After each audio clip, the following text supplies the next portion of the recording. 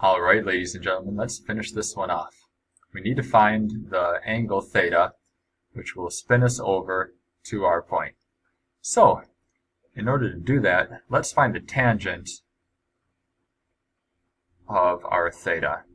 Now remember that tangent is y over x.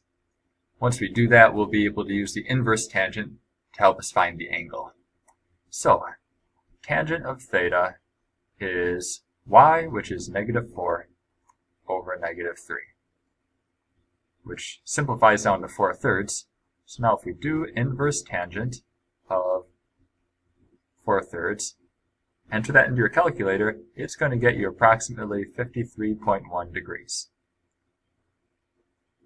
Now you might notice that 53.1 degrees would put us somewhere over in here. It's around 45 degrees. That would put us in quadrant 1. We need an angle that would put us over in quadrant 3.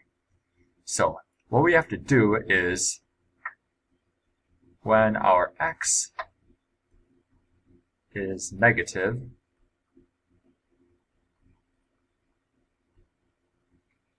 you'll need to add 180 degrees to the angle from the calculator. So what that's going to do is that's going to put us from 53.1 degrees, we're going to add 180 to it,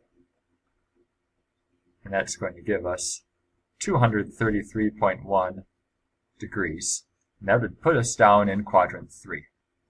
Now in case you're wondering, the reason why we have to do that is because inverse tangent is going to give us outputs that are between -90 degrees and +90 degrees. And so anything over in quadrant 2 or in quadrant 3, our calculator is not going to be able to handle.